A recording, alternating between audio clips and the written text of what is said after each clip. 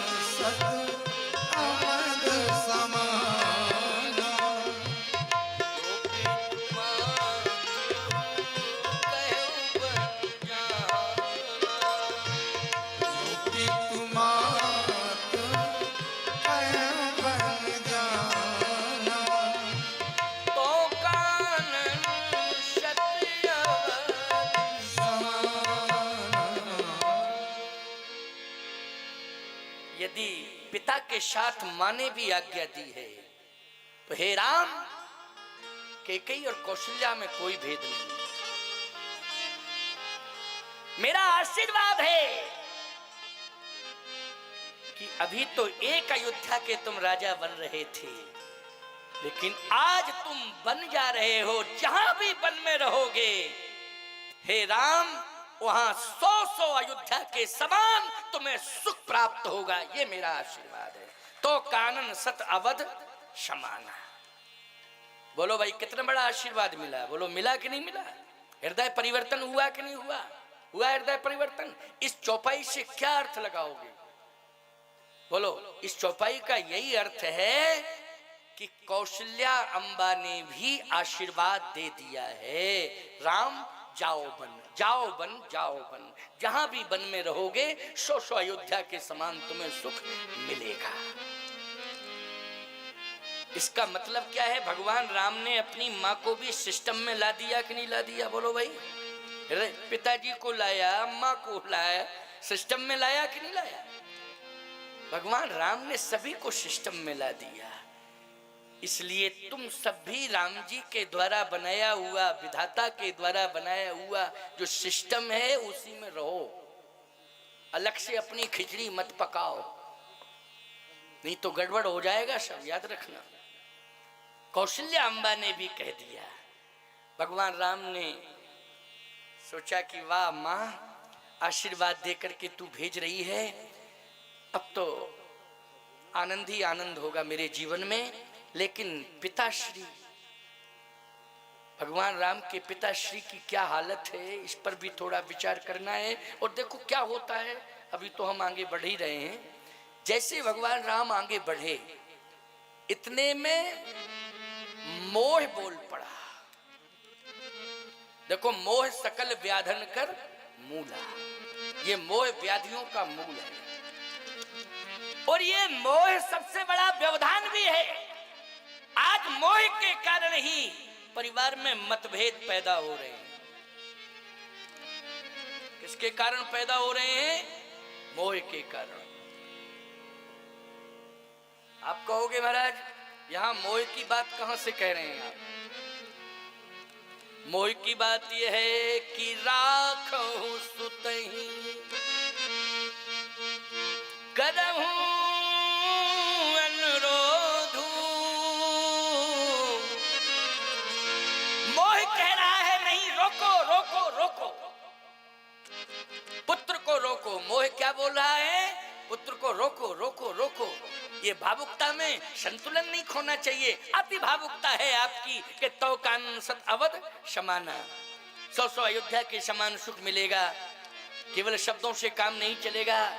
इसलिए कैकेयी जी ने कह दिया है, ये अलग बात है, लेकिन आप जननी हो, राम को जन्म देने वाली हो, इसलिए आप रोकिए रोकिए रोकिए। मोह कहने लगा, राखूं सुतहि करूं अनुरोध। रोको रोको। कौशल्या मां बोली, रुको रुको राम, एक मिनट रुको रुको। राम जी रुक गए।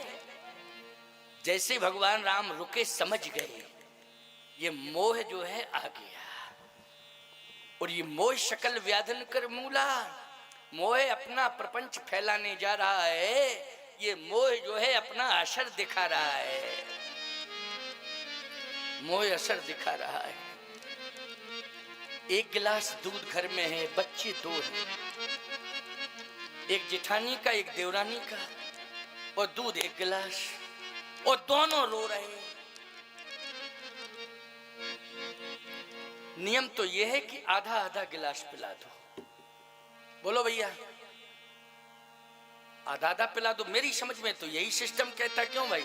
बच्चे 2 हैं, 1 गिलास दूध है, एक जिठानी का बच्चा है, एक देवरानी का बच्चा है, लेकिन दोनों ही भूखे हैं और 1 गिलास दूध है। दोनों की माताएं सक्षम में नहीं है, लेकिन वो दूध ही एक विकल्प है कि दोनों को संतुष्ट कर सकता है। उस समय संतुलन बनाने के लिए समझदारी की जरूरत है कि आधा आधा गिलास। क्यों भाई? आधा उसको पिला दिया जाए, आधा। लेकिन 1 गिलास दूध है जिठानी के हाथ में, किसी के हाथ में हो, चाहे देवरानी के हाथ में हो, चाहे जिठानी के हाथ में हो, जिसके हाथ में उसको डिसीजन लेना पड़ेगा कि बच्चे बच्चे होते हैं। क्यों भाई, भूख बराबरी की लगती है, बच्चे बच्चे होते हैं। हम ज्यादा संतुष्ट नहीं कर सकती हैं, लेकिन आधा आधा गिलास दूध दोनों को पिलाएंगी और किसी तरह से हृदय से लगाकर इनको सुलाएंगी। क्यों, यही भाव होता है कि नहीं होता है? लेकिन जिसके हाथ में दूध है वो देख रही है देवरानी कहाँ है, बच्चे को ले जावे, हिलावे, डुलावे, सुलावे, फिर हम अपने बच्चे को दूध पिलावे। बोलो भाई, कितनी विस्फोटक स्थिति पैदा होगी। ईमानदारी से बताओ, वो दूध नहीं पिलाओगी तुम बच्चे को, वही दूध विष बन जाएगा, आगे चलकर विस्फोट करेगा। बोलो करेगा कि नहीं करेगा? इसलिए समझदारी की जरूरत है। बच्चे बच्चे होते हैं, परिवार को संभाल के ले चलना और संभल के चलना, परिवार में परिवार को संभालना और स्वयं संभल के चलना। इस मर्म को जो जानती है वही कौशल्या के समान है नारी, वही राम की मां बन सकती है,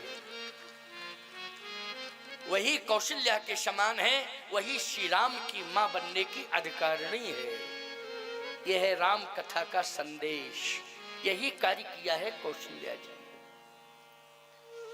अपने में और कैकेयी में कोई भेद नहीं माना, लेकिन मोह कह रहा है रोको रोको रोको, और मोह ने रोक दिया, रुक गए राम। समझ गए राम जी, मेरी मां मोह से ग्रसित हो रही है। भगवान राम ने, महर्षि वाल्मीकि जी कहते हैं, रामो विग्रहवान धर्मः, राम धर्म है। राम जी ने ऐसा मर्म और ऐसी लीला की कि अपने बगल में अपना धर्म प्रकट कर दिया, दूसरा रूप भगवान का प्रकट हो गया। वो कौन था? धर्म था। रामो विग्रहवान धर्म, धर्म प्रकट हो गया। अभी राम अकेले थे, राम के बगल में राम का ही दूसरा स्वरूप धर्म बनकर के प्रकट हो गया। ये कौशल्या भवन की कथा है, समझ रहे हो कि नहीं? धर्म प्रकट हो गया। मैं एक बात बताऊं, धर्म जब परिवार में होगा तभी धर्म प्रकट होगा। और कभी कोई ऐसी कंडीशन आएगी कि जिसके कारण एक विखंडन की प्रक्रिया प्रारंभ होने वाली है, उस समय धर्म अपना प्रकट होकर के किसी न किसी तरह से मर्यादा को भी बचाएगा और तुम्हारे परिवार को भी बचाएगा। इसलिए धर्म को सदा धारण करना चाहिए। रघुवंश में सबसे ज्यादा धर्म होता है, बोलो होता है कि नहीं होता है? सबसे ज्यादा धर्म रघुवंश में होता है, इसलिए धर्म ही प्रकट हो गया। रामो विग्रहवान धर्म, धर्म ही प्रकट हुआ है, पुत्र बनकर के धर्म प्रकट हुआ है। आज धर्म प्रकट हो गया। कहा राम रुको रुको रुको, रुक गए राम जी। धर्म प्रकट हो गया, बड़ी जोर से रोने लगा धर्म, और दौड़ करके माता कौशल्या के चरण पकड़ लेता है धर्म। धर्म ने अम्बा कौशल्या के चरण पकड़ लिए और कहा बचाओ बचाओ बचाओ, मां मेरी रक्षा करो, मेरी रक्षा करो। कौशल्या मां ने कहा तुम कौन हो? तुम कौन हो जो मेरा चरण पकड़े हो? मैं धर्म हूं। अरे धर्म, मेरे चरण क्यों पकड़े हैं? मैं ही आपका पुत्र हूं, मैं ही पुत्र हूं आपका। अरे मेरा पुत्र तो मेरे सामने खड़ा है, बस यही तो बात है। जो पुत्र को आप देख रही हो ना, पुत्र की भावना से, ये मोह है, इसमें दिखाई दे रहा है। इस पुत्र में क्या दिखाई दे रहा है? मोह दिखाई दे रहा है, इसलिए आप रोक रही हैं। लेकिन मैं भी आपका बेटा हूं, और इस इक्ष्वाकु वंश की कीर्ति को अमर करने का संकल्प मैंने लिया है। बोलो, इक्ष्वाकु वंश, रघुवंश, सूर्यवंश की कीर्ति को अमर करने का संकल्प किसने लिया है? धर्म ने लिया है कि मैं धर्म जाने नहीं दूंगा। इसलिए आपको मालूम है कि आज भी इक्ष्वाकु वंश की पताका फहरा रही है, आज भी सूर्यवंश की पताका फहरा रही है। बोलो फहरा रही है कि नहीं फहरा रही है? श्री राम जी रघुवंश में जन्म लिए हैं, जहां पर ब्राह्मणों की पूजा होती है, लेकिन आज हर मंदिर में ब्राह्मण पूजा कर रहा है श्री राम जी की। बोलो कर रहा है कि नहीं कर रहा है? ऐसी धर्म की पताका फहराई है, बोलो फहराई कि नहीं फहराई? कौन ऐसा मंदिर होगा जिसमें ब्राह्मण पूजा ना कर रहा हो श्री राम जी की? जल्दी बोलो, ऐसा कौन सा घर है भैया? घर घर में राम की पूजा हो रही है, चाहे जिस जाति का क्यों ना हो प्यारे। आज राजनेता कुछ भी कहने लग जावे वोटों के लालच में, लेकिन मैं तो कहता हूं जहां श्री राम हैं वहां पर श्री राम ने किसी जाति को नहीं देखा है। जिसने राम को याद किया है राम उसी जाति का हो गया है प्यारे। इसलिए सभी ने कहा राम हमारे हैं, राम हमारे हैं, राम हमारे हैं। लेकिन रघुवंशियों ने इतना तप किया था, इतना यजन भजन पूजन किया था कि भगवान स्वयं धर्म ही पुत्र बनकर के प्रकट हो गया, सत्य पुत्र बनकर के प्रकट हो गया। इसलिए तुम्हारे यहाँ भी वही स्थिति आ सकती है, चिंता मत करना, घर में तुम्हारे भी भगवान आ सकते हैं। लेकिन तुम्हें जो रघुवंश में हुआ है, इक्ष्वाकु वंश में, सूर्यवंश में, वही कार्य करना चाहिए। धर्म कहता है मेरी रक्षा करो। कैसे रक्षा होगी? तो कौशल्या मां से धर्म ने कहा कि यदि आप श्री राम को अयोध्या में रखोगी तो केवल अयोध्या में ही धर्म रहेगा, बाकी अयोध्या के अलावा इस दुनिया में धर्म नहीं रहेगा, चला जाएगा। और एक दिन वो स्थिति आएगी कि अयोध्या से भी जब दैत्यों का अनाचार अत्याचार ज्यादा बढ़ जाएगा तो अयोध्या में भी धर्म नहीं रह पाएगा। बोलो भाई, अयोध्या में भी जब बाहुल्य बढ़ेगा अनाचारियों का, अत्याचारियों का, तो अयोध्या पर भी आक्रमण करेंगे कि नहीं करेंगे? बोलो भाई। तो अयोध्या में कहां से धर्म बच जाएगा? मां यदि मोह में आप आ गई तो धर्म सदा सदा के लिए धरती से चला जाएगा। यदि राम जी को आपने वन भेज दिया तो इस धरती पर धर्म सदा सदा के लिए अक्षुण्ण हो जाएगा। इसलिए मुझे बचाओ, धर्म की रक्षा करने के लिए राम को वन भेजो, वन भेजो। कौशल्या जी ने उसी समय संकल्प ले लिया, राखूं सुतहि करहूं अनुरोधु, धर्म जाय अरु बंधु विरोधु। धर्म जाए और बंधु विरोधु, धर्म चला जाएगा। बस जहां ऐसा भाव मन में आया तक कहा राम अब मैं आदेश दे रही हूं कि तुम 14 वर्ष का संकल्प लेकर के जा रहे हो कि 14 वर्ष बाद लौटूंगा धर्म की रक्षा करने के लिए। निश्चरहीन करो मैं भुज उठाए प्रण कीन, सकल मुनन के आश्रमन जाए जाए सुख दीन। लेकिन हे राम आज मैं कह रही हूं, मैं मां हूं, आदेश दे रही हूं कि 14 वर्ष तक वन में रहोगे, धर्म की रक्षा करोगे, और कहीं 14 वर्ष में भी धर्म की रक्षा न कर पाए तुम तो हे राम 14 वर्ष नहीं 14,000 वर्ष भी लग जाएं, जब तक धर्म सुरक्षित ना हो जाए धरती पर अयोध्या लौटने की आवश्यकता नहीं। वाह, धन्य है मां कौशल्या। भगवान राम ने प्रणाम किया, कहा मां हो तो ऐसी हो, इतनी उदार मना मां हो।